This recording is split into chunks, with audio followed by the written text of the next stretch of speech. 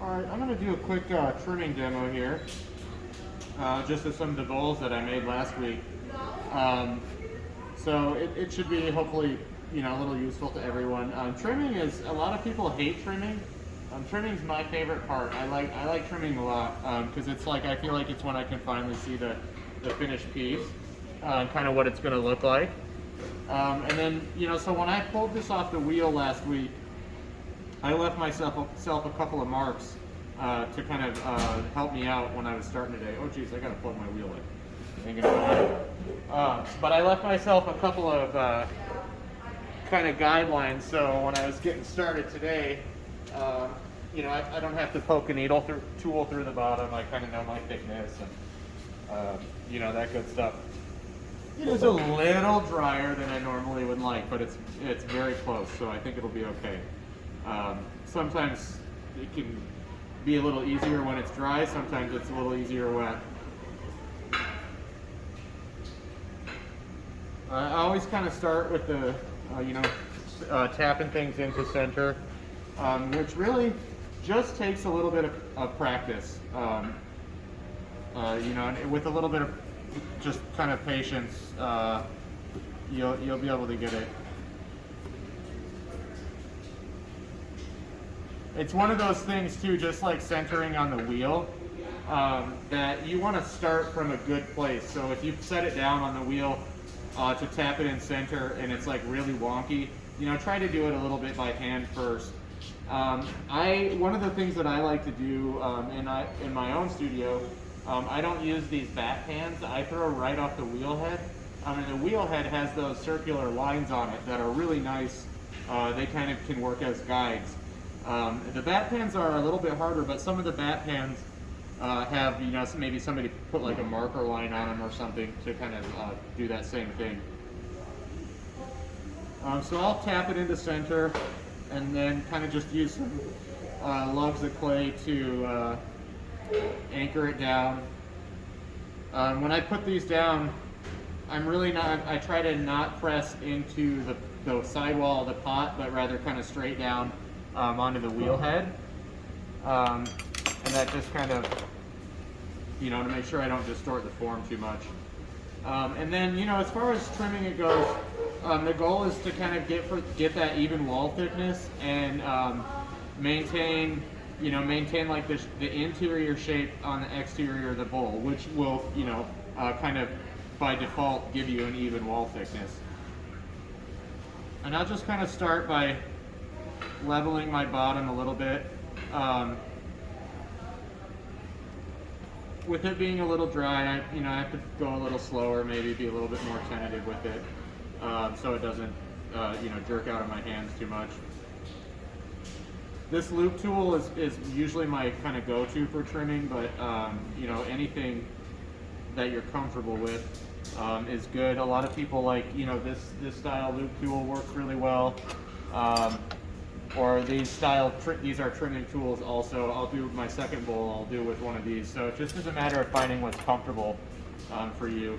But the loop tool that comes in the pottery kit is usually my default. And I'll just kind of start by taking away the excess clay, that I know.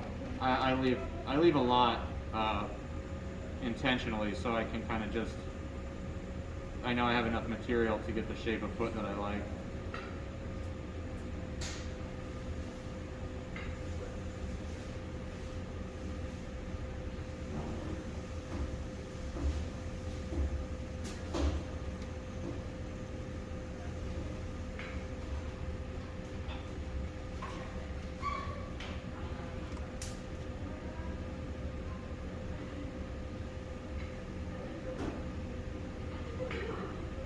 So once I've got most of the bulk out of the way, I'll kind of try to decide how, the thickness of the foot, the width of the foot, before I go too much farther, so I can start shaping it. And just kind of generally, with anything like this, I always kind of remember the rule of thirds a little bit, and so the ratio from the rim to the foot I keep that in mind, and usually the base of my bowls are about a third the width of the rim, um, and that's a kind of a narrow-footed, maybe like rice bowl style.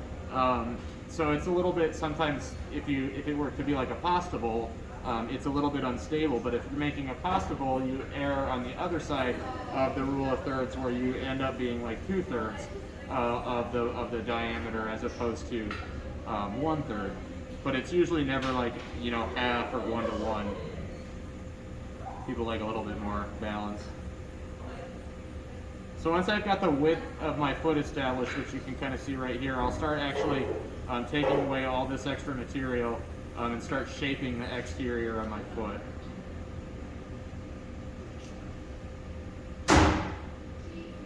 And I always kind of, you know, I think about the shape of the tool when I'm doing this, because that really dictates, you know, kind of the shape of your cuts.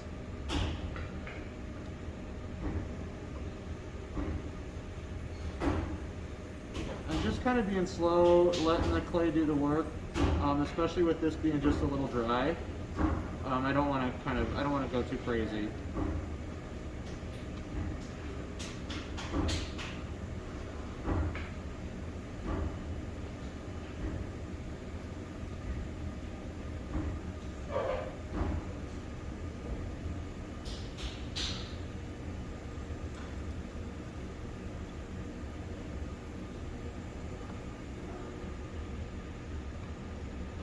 So I'll get that foot established, and now I will shape the outside of the bottom of my bowl to kind of match the everything else that's going on.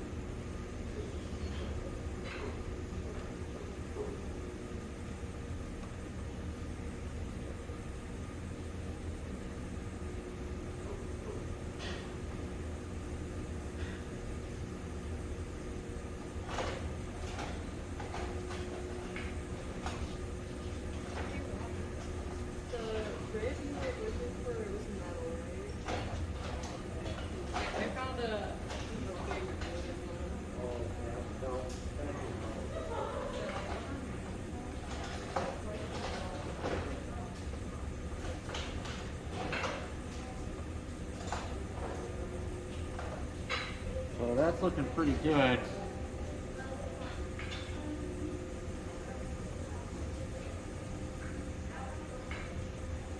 And just clean things up a little bit.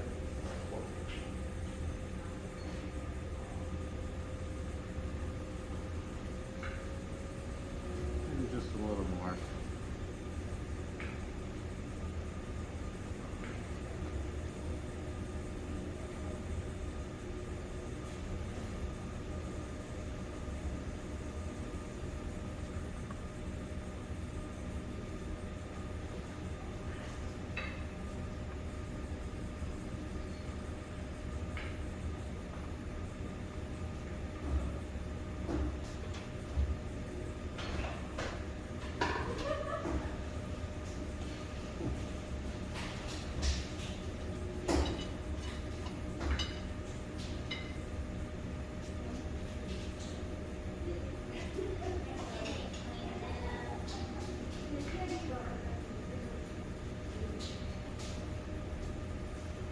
And then once I get the outside of my foot like 90% of the way there, I'll start taking out the inside material.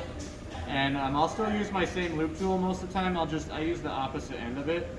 Sometimes, if it's a smaller foot or something I'm just a little worried about, I'll switch over to the smaller tool just to be a little bit more careful. But with something like this, I use the same tool. I just like to use the opposite side of it.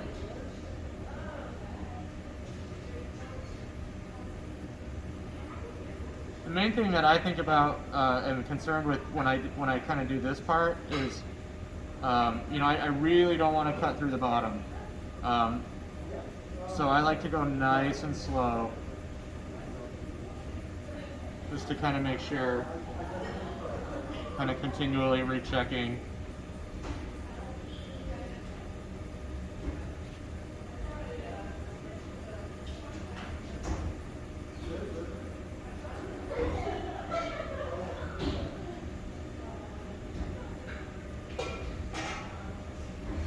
I get a little bit of a start, I'll switch to my other side, but I like to get started with that side that's a little bit more gentle.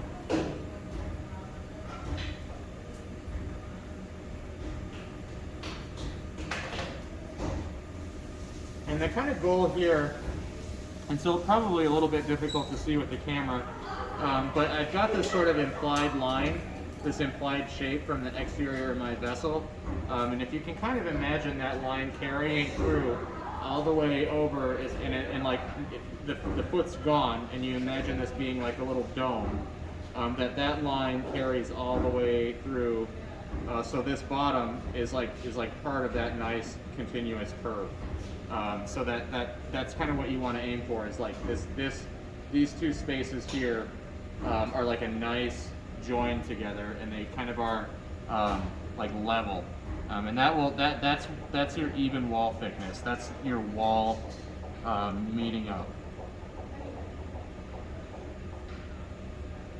This one's pretty close. But it's really easy to, you know, to trim through the bottom here. I do it all the time, so it's always something too that I'm like really, you got to really be careful that, you know, it's very easy to go too far with it. And then once I get it there, I do a little bit of just kind of embellishment on my foot, just making this line here a little bit more exaggerated. And then I like to do this little kind of accent. I'll just kind of smooth it out a little bit.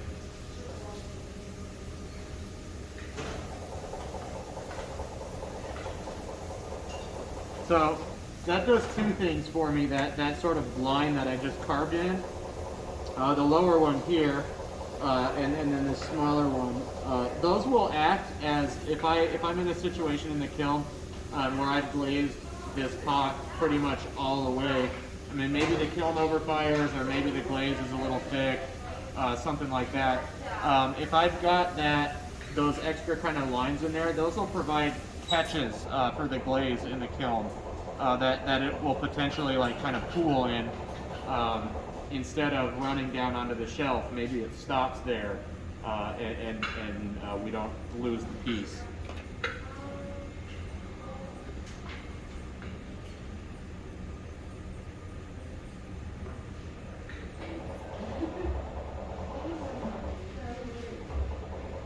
So there's the bowl. And then I always, you know, gotta throw the signature on.